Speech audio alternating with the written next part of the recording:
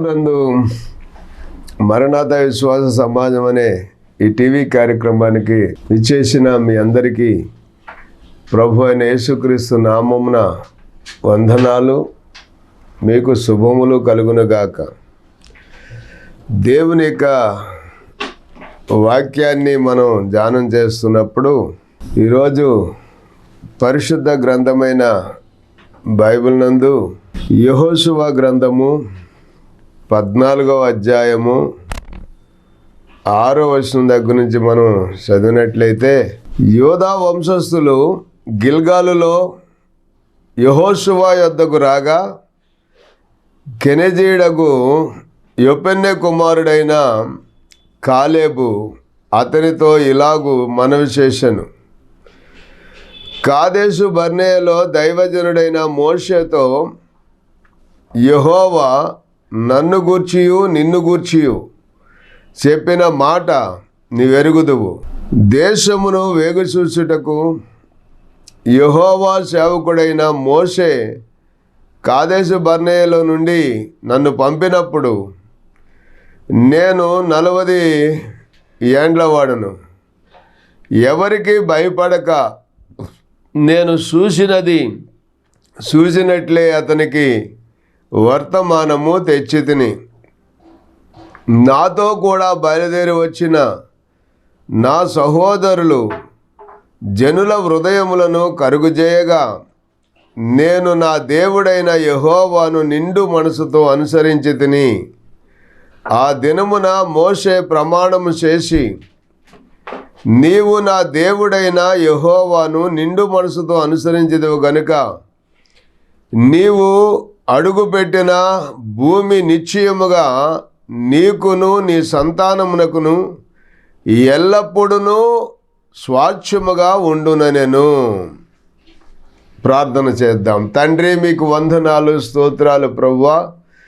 అయ్యా నాయన, ఇదిగో చదవబడిన వాక్యం నుంచి నాయనా, ఇదిగో వినుసున్న నీ బిడ్డలను, నన్ను మమ్మలను దీవించి నీ వాక్యము ద్వారా నాయనా నీ ప్రజలకు మరింత నిండైన మనసు, మెండైన దీవులు దయచేసి దీవించమని యేసు నామములో ప్రార్థించి వేడుకొనుచున్నాం పరమ తండ్రి, ఆమెన్.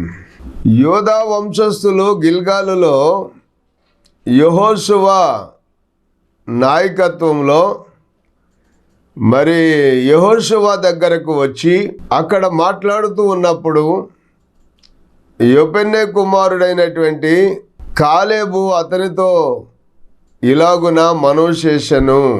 ఏమని? కాదేశు బర్నేయలో దైవజనుడైన మోషేతో యెహోవా నన్ను గూర్చి నిన్ను గూర్చి చెప్పిన మాట నువ్వెరుగుదువు. దేశమును వేగుచూచుటకు యెహోవా సేవకుడైన మోషే కాదేశు బర్నేయల నుండి నన్ను పంపినప్పుడు నేను 40 ఏండ్ల వాడను. ఎవరికి భయపడక నేను చూసినట్లే అతనికి వర్తమానము తెచ్చితిని.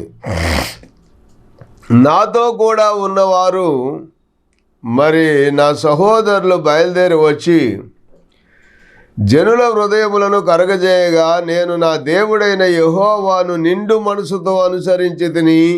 నిండు మనసుతో నేను యెహోవాను అనుసరించి తిని.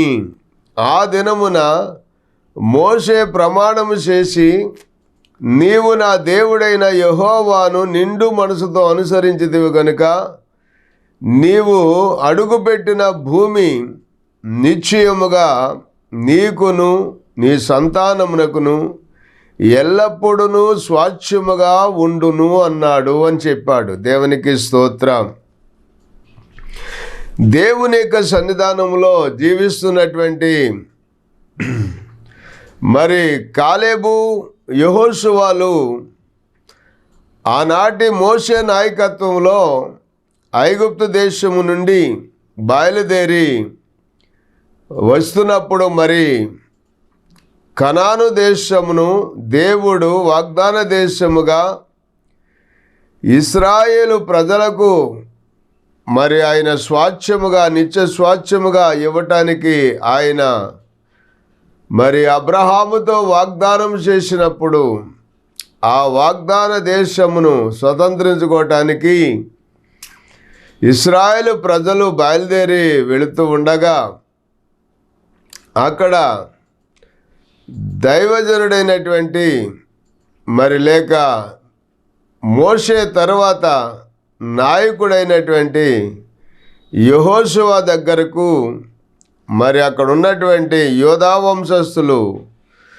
గిల్గాలులో ఉన్నటువంటి యెహోషువ యొద్దకు వచ్చి మరి దేవుడు ఆ రోజున ఏవైతే మాట్లాడారో, దైవజనుడు ఏ విధంగా అయితే మాకు మాట ఇచ్చారో ఆ మాట ప్రకారముగానే మాకు స్వాస్థ్యములను అనుగ్రహించమని మరి అడుగుతున్నట్లుగా మనం ఇక్కడ చూస్తూ ఉన్నాం. అదే సమయంలో మరి కాలేబు అనేటువంటి ఆ యొక్క మరి నాయకుడు అని చెప్పాలి. యెహోషువతో కూడా ఆయన కూడా ఒక నాయకుడే. అయితే ఇక్కడ యెహోషువ నాయకత్వంలో నడిపించబడుతున్న ఇశ్రాయేలు ప్రజలను అక్కడ వెళుతున్నటువంటి సందర్భంలో ఆనాడు మోషే దేవుని యొక్క సేవకుడు యెహోవా సేవకుడైనటువంటి మోషే నిన్నును నన్నును మరి కనాను దేశమును చూసి రావటానికి వేగు చూడటానికి పంపించినప్పుడు నేను 40 ఏండ్ల వాడను అయినప్పటికీ నేను ఎవరికి భయపడక నేను చూసినది చూసినట్లే ఆయనకు వర్తమానము తెచ్చి తిని, ఎందుకంటే నేను యెహోవాను నిండు మనసుతో నేను అనుసరిస్తూ వచ్చాను అని చెప్తాడు. అదే మాటను మనం గమనించినట్లయితే మరి నిండు మనసుతో దేవునిని అనుసరించే వారికి ఏమాత్రము కూడా అనుమానము లేకుండా దేవునితో కూడా నడిచేవారికి ఎప్పుడూ కూడా దేవునితో కూడా కలిసి జీవించే వారికి నిండైన మెండైన దీవెనలు ఉంటాయి అనటంలో ఏమాత్రం సందేహం లేదండి. మనం చూస్తూ ఉంటాము మరి దేవునితో కూడా నడిచినటువంటి హానోకు మరి దేవునితో కూడా నడిచి ఆయన మరి పరలోక రాజ్యానికి వెళ్ళిపోయారని చెప్పి వ్రాయబడుతూ వచ్చింది. అలాగనే మనం చూస్తే దేవునితో సహవాసం చేస్తూ దేవుని యొక్క మాట ప్రకారంగా జీవిస్తూ భూలోకంలో జీవించినంత కాలము అనేకమైన అద్భుతాలు జరిగించినటువంటి ఏలియా గారు కూడా మరి ఆయన దేవుని యొక్క ఆహ్వానం వచ్చినప్పుడు దేవుడే స్వయంగా ఆయనకు మరి అగ్ని గుర్రాలు అగ్ని రథాలు పంపించినప్పుడు ఆయన సమయం అయినప్పుడు ఆయన అగ్నిరథం మీద దేవుని దగ్గరకు వెళ్ళిపోయినట్లుగా మనం చూస్తూ ఉన్నాం. ఆ విధంగా మనం చూస్తే దేవుని యొక్క సన్నిధిలో చాలామంది భక్తుల యొక్క జీవితాలను మనం గమనించినట్లయితే వారందరూ కూడా దేవునిని పూర్తిగా అనుసరించి నిండైన మెండైన దీవెనలతో నింపబడి వారు పరిపూర్ణమైన ఆశీర్వాదాలకు వారసులుగా ఉన్నారు అనటానికి ఏమాత్రము సందేహం లేదు. ఇక్కడ మనం గమనిస్తున్నట్లయితే దేవుని వాక్యమును మనం గమనిస్తే అక్కడ ఏమని మనకు చూస్తున్నామంటే యెషయా గ్రంథము 40 అధ్యాయము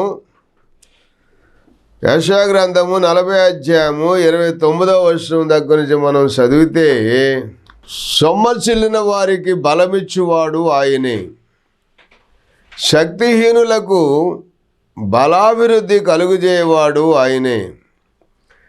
బాలురు సొమ్మసిల్లుదురు అలయుదురు, యవనులు తప్పక తొట్టిల్లుదురు. యెహోవా కొరకు ఎదురు చూసేవారు నూతన బలము పొందుతారు అని. దేవుని కొరకు ఎదురు చూసేవారు నూతన బలం పొందుతారు. వారు పక్షిరాజుల వలె రెక్కలు చాపి పైకి ఎగురుదురు, అలయక పరుగెత్తుదురు, సొమ్మసిల్లక నడిచిపోదురు అని. అంటే దేవుని కొరకు ఎదురు చూసేవారు, యెహోవా కొరకు ఎదురు చూసేవారు, దేవుని కార్యాలు జరిగించడానికి ఆసక్తి కలిగి ముందుకొచ్చేవారు ఎప్పుడూ కూడా వారు నూతనమైన బలాన్ని పొంది నూతన శక్తితో నింపబడే వారిగా ఉంటారు అనటంలో ఏమాత్రము సందేహం లేదు.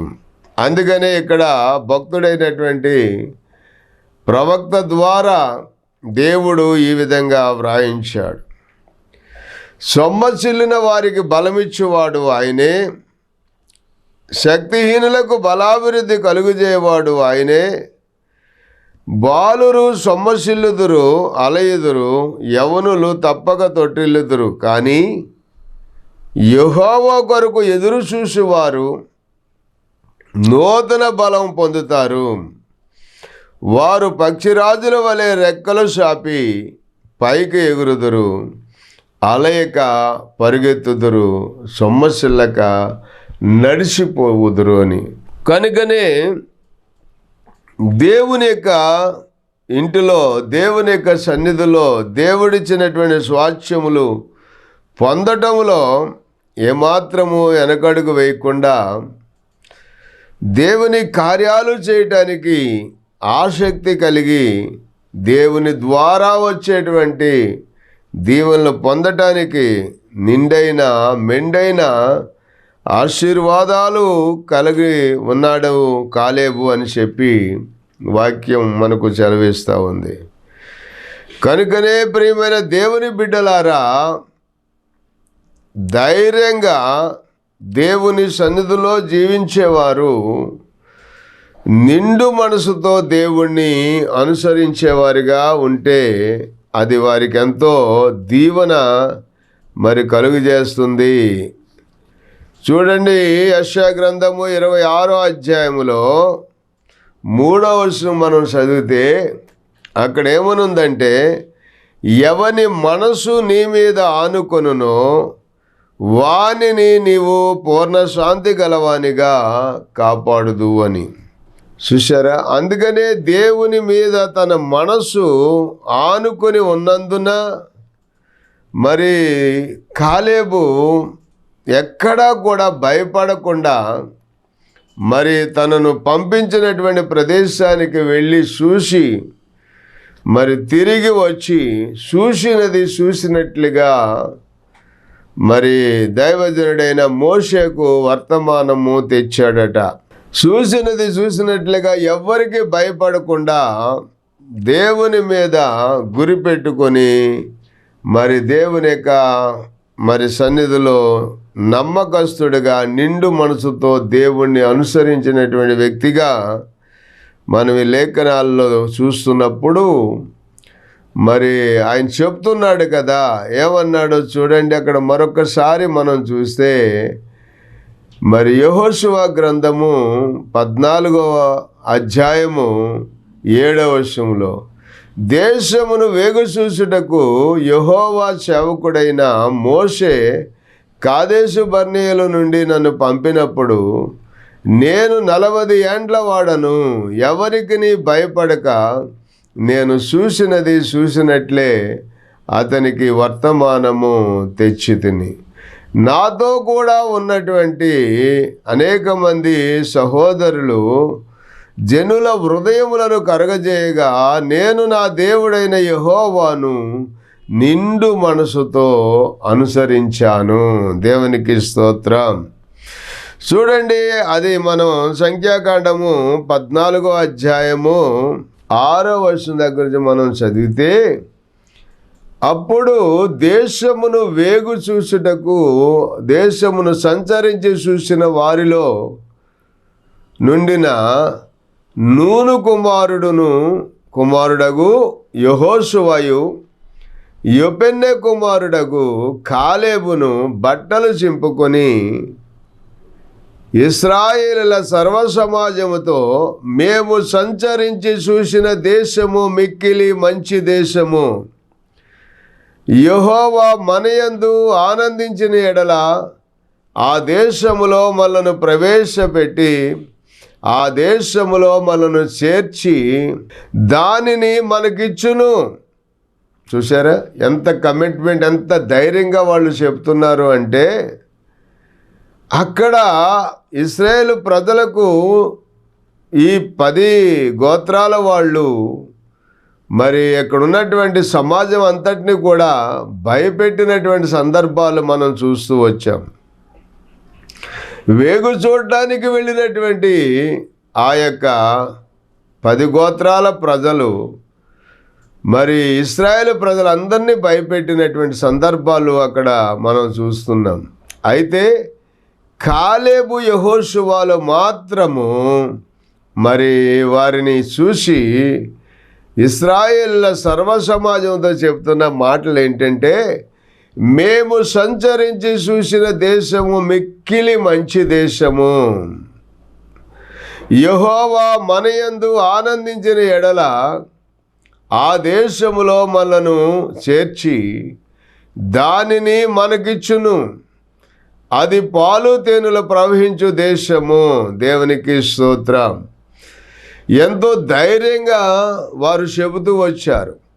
మరి ఇంకొక మాట ఏంటంటే, మెట్టుకు మీరు యెహోవా మీద తిరుగుబడకుడి, ఆ దేశ ప్రజలకు భయపడకుడి, వారు మనకు ఆహారమగుదురు, వారి నీడ వారి మీద నుండి తొలగిపోయెను.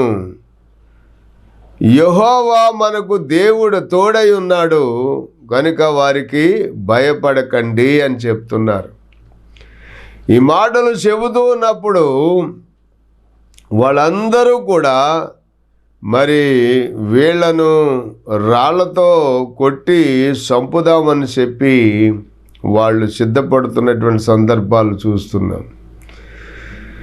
దేవుని యొక్క మహాకృపను బట్టి దేవుని యొక్క సన్నిధానములో నిండు మనసుతో అనుసరిస్తూ వచ్చినటువంటి యెహోషువ అలాగే కాలేబు, వారిని ఇక్కడ మాదిరిగా మనం తీసుకోవాల్సిన వారమై ఉన్నాం.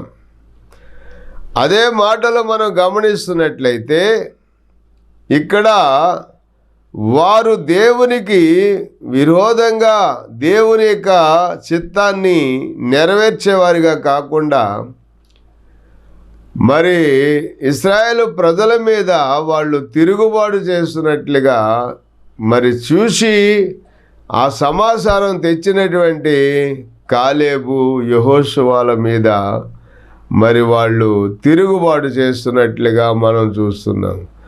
ఆ తిరుగుబాటు అనేది ఎవరి మీద చేస్తున్నట్లు అంటే, అక్కడ మనం 9వ వచనంలో చదువుతున్నాం కదా, మీరు యెహోవా మీద తిరుగుబడకుడి, ఆ దేశ ప్రజలకు భయపడకండి అన్నారు.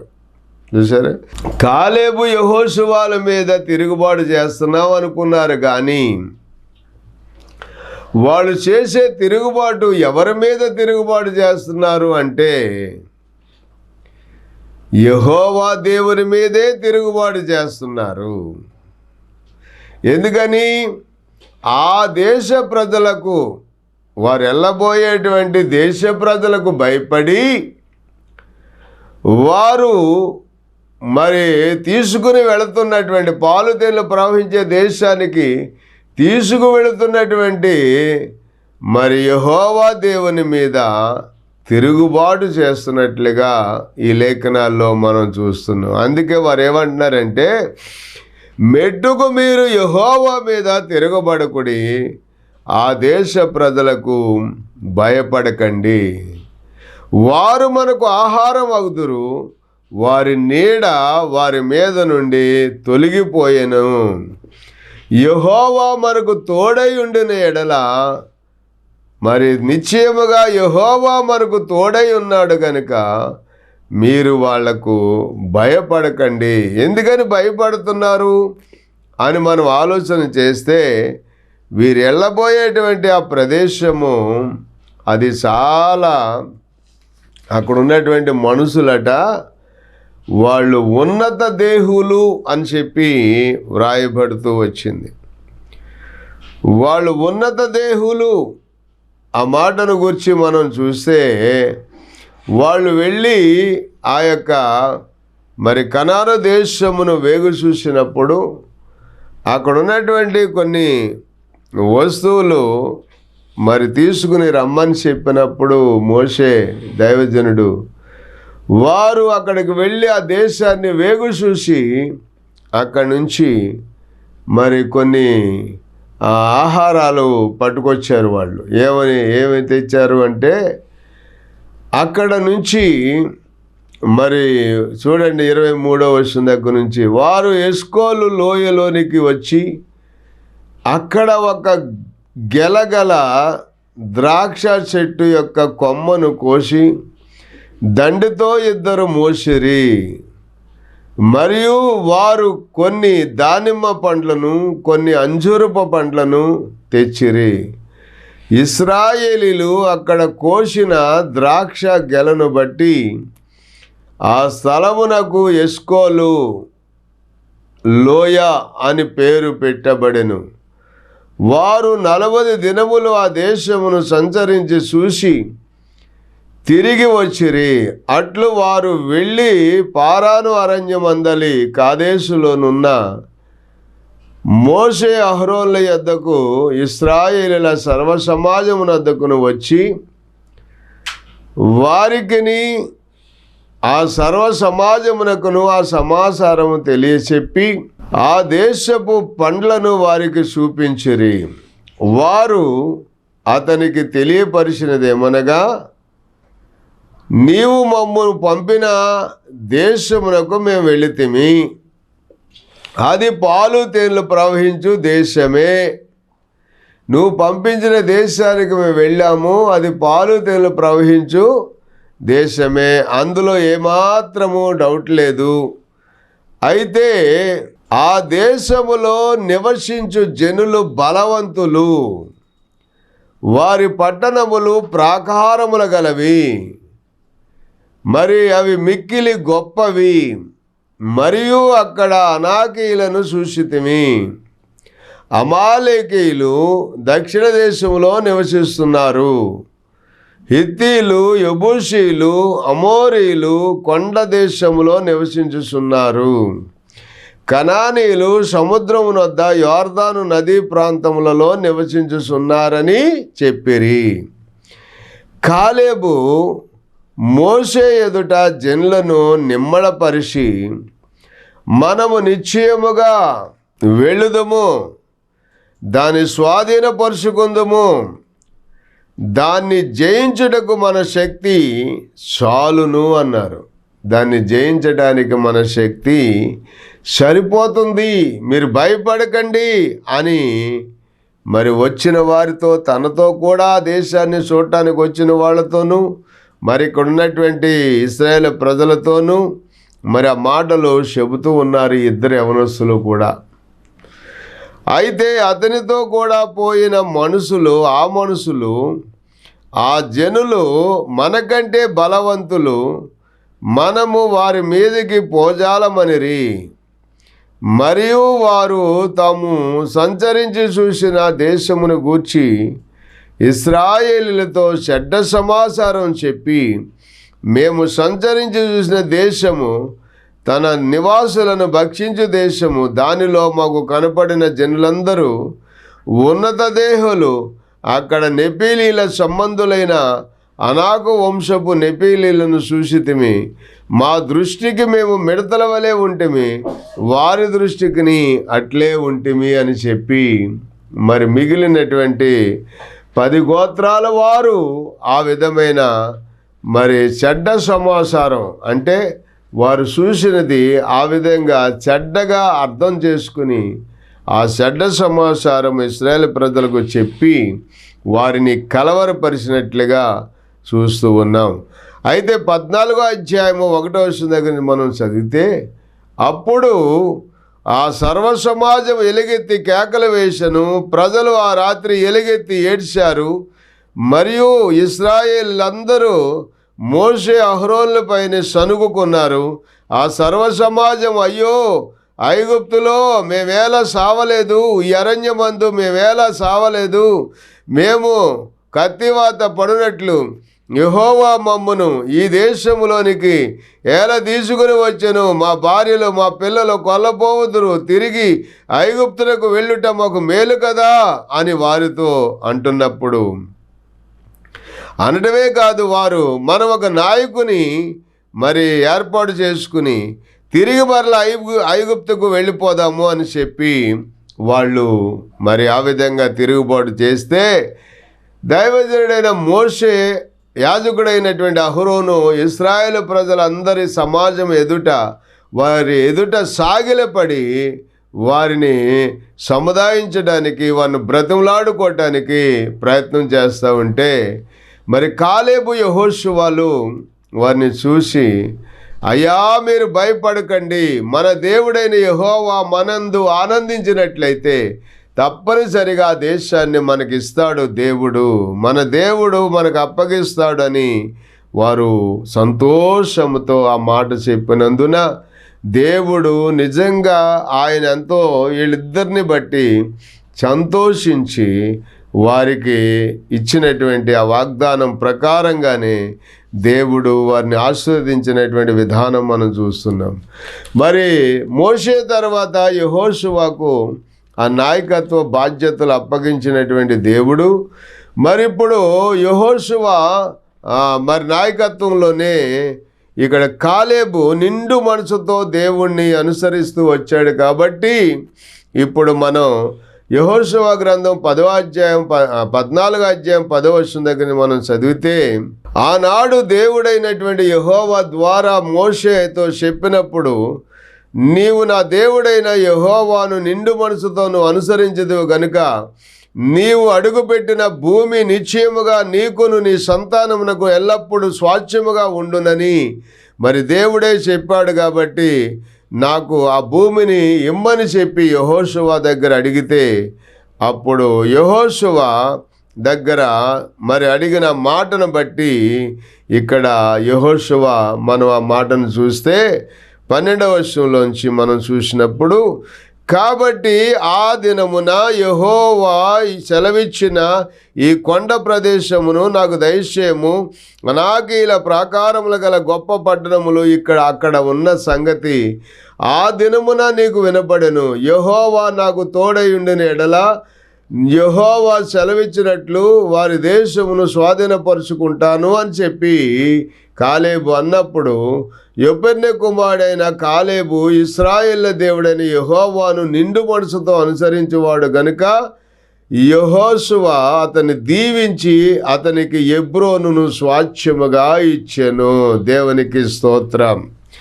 నిండు మనసుతో అనుసరించినటువంటి కాలేబుకు యెహోషువ ద్వారా హెబ్రోనును స్వాస్థ్యంగా ఇచ్చినట్లుగా మనం చూస్తూ ఉన్నాం.